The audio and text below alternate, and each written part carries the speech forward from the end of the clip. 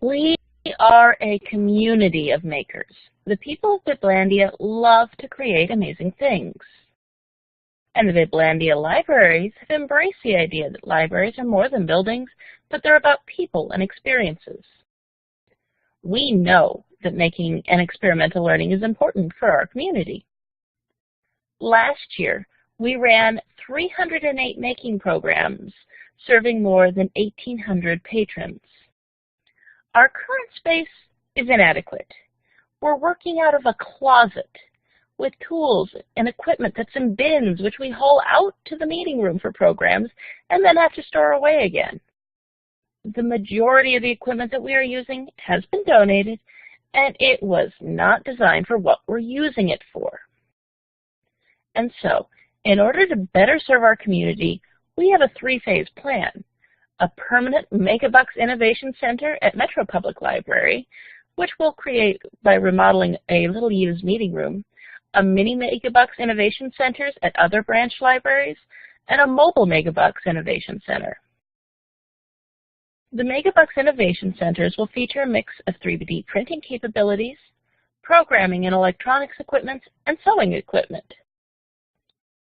The equipment that we're requesting for the Metro Public Library facility includes the tools and equipment for open making labs, as well as to run programs for up to 8 to 24 people at one time.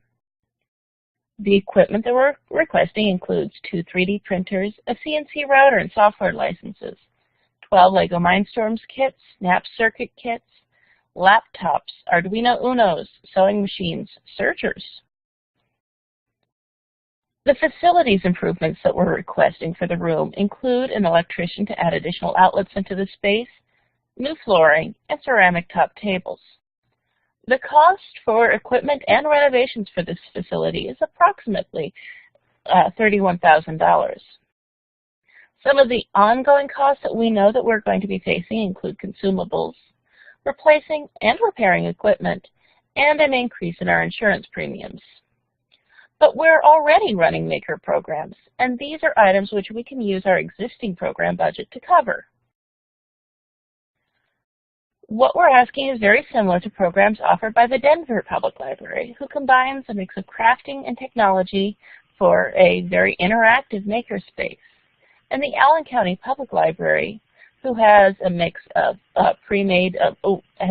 maker programming and open maker labs. Talking about that mix of labs and maker programming, that brings me to our next phase of the Makerspace Innovation request, the mini Makerspace Innovation Centers. Because Metro Public Library is not the only Biblandia library who loves running making programs. There are 6 other branches in our consortium who are interested in putting in Makerspace Innovation Centers.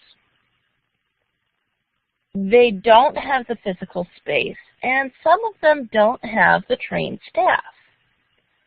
For those libraries, we are going to be requesting mini Makerspace Innovation Centers, which will have the equipment and the storage to run maker programs in these libraries. They will have the ability to have open making laboratories, as well as programs that are based on the materials created by the Metro Public Library Makerspace Innovation Center. For these, we're asking for a single 3D printer, as well as electronics and sewing equipment and bins to house the materials when they're not in use.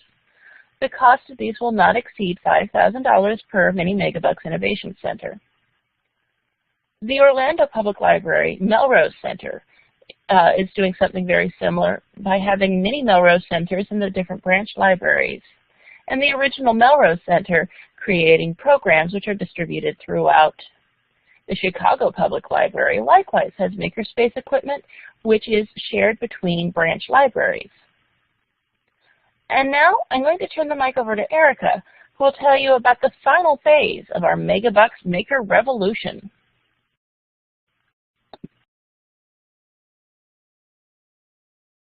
Don't forget to grab the mic.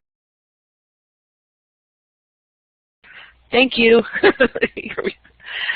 What Jennifer described is exciting, and we want to make sure all the residents of Biblandia get to take part. Green Acres Public Library faces the same challenges as many other rural libraries. Not everyone can get to where the cool stuff is happening or have access to the resources we offer. People feel isolated, and they shouldn't. Transportation shouldn't be a barrier to service. We're rethinking how to serve our community by leading our four walls and meeting our community where they are instead of waiting for them to discover us. We've been testing out our premise by partnering with the local school district, and here we have the lovely school district librarian at one of our pop-up libraries. And the University of Biblandia down here lends us their van to take stuff around to different places in the community. We've had great success, and so we're looking to up our game. Instead of using a borrowed van, like this one from the University of Biblandia, we would like to get a dedicated, eco-friendly vehicle to improve what we do.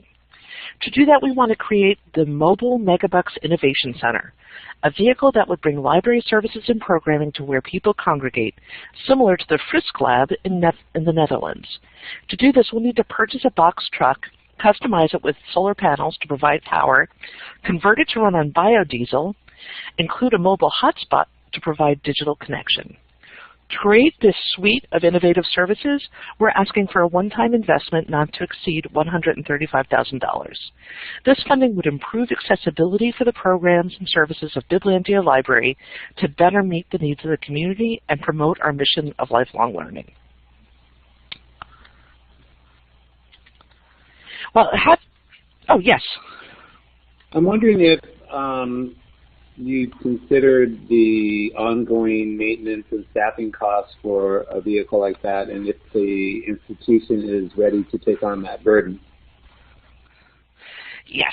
Actually, in discussions with the board, we've decided that it's a priority to go mobile, and we're partnering with both the school district and the university to offset some of those costs, so the costs will be kind of divided three ways. Also, the university has a special program and a biodiesel lab, so they'll be maintaining the vehicle for us. So that offsets what would be the biggest cost. The other biggest cost will be insurance, but we're building that into our operations budget. Thanks. Do you have any other questions?